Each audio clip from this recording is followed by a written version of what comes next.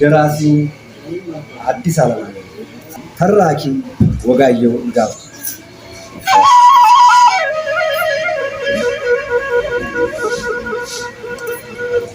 እነሱም 97 ዓመተ ምህረት አዲስ አለማየሁ ከዚህ ዓለም ተለዩ። 21 ዓመታቸው። ምትካቸው ካቻማሌ ይባላል።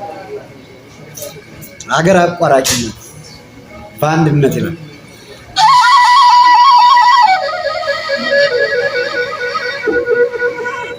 ተፈጥሮን ተመክሮ በምንም አያስጥለው።